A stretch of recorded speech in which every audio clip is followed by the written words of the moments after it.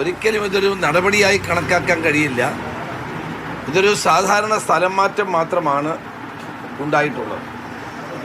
ADGP law and ഓർഡറിനെതിരായി അതിശക്തമായ ആരോപണങ്ങൾ ഉയർന്നു വന്ന പശ്ചാത്തലത്തിൽ നടപടിയാണ് എല്ലാവരും പ്രതീക്ഷിച്ചത്. പക്ഷെ ഒരു നടപടിയും ഉണ്ടായിട്ടില്ല.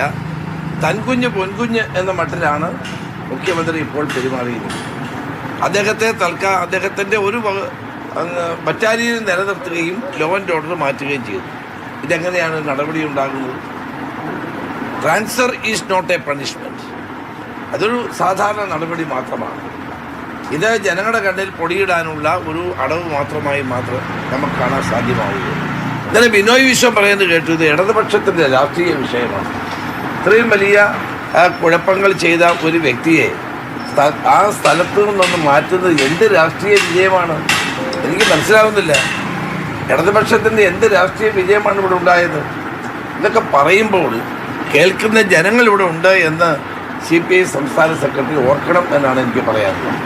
ഇപ്പോൾ ഇന്നലെ നടപടി വന്നത് ഇന്നലെ വൈകിട്ടോടെ ബിനോയ് വിശ്വം MP ഗോവിന്ദന് കത്ത് കൊടുക്കുകയാണ്. ഇന്നലെ നടപടി ഉണ്ടായിരിക്കും, നിയമസഭയിൽ സ്വതന്ത്രമായ നിലപാടെടുക്കുന്നത്, അങ്ങനെ ഭീഷണിപ്പെടുത്തിക്കൊണ്ടാണ് മാത്രമാണ് ഇന്നലെ നടപടി ഉണ്ടായത്.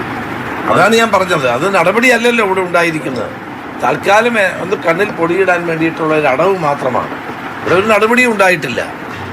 ഇപ്പോഴും ADGPയെ സംരക്ഷിക്കുന്ന നിലപാട് തന്നെയാണ് മുഖ്യമന്ത്രി സ്വീകരിച്ചിട്ടുള്ളത്. ഇവരെ ഒന്ന് സമാധാനിപ്പിക്കാൻ വേണ്ടി ചെയ്ത നടപടിയാണ്. പിന്നെ പ്രതിപക്ഷം ഇന്ന് നിയമസഭയിൽ ശക്തമായി ഇത് ഉന്നയിക്കുമെന്ന് കണ്ടുകൊണ്ട് കൂടിയാണ് ഇത് ഒരു ചെറിയ സ്ഥലം മാറ്റം ഉണ്ടായിരിക്കുന്നത്. സ്ഥലം മാറ്റം പോലെ എന്തിനാണെന്ന് സ്ഥലം മാറ്റം എന്തിനാണെന്ന് ആർക്കും അറിയില്ല. അപ്പോൾ ഒരു നോർമലായ ഒരു നടപടിയായിട്ട് മാത്രമേ മുഖ്യമന്ത്രി ഇത് കാണുന്നുള്ളൂ.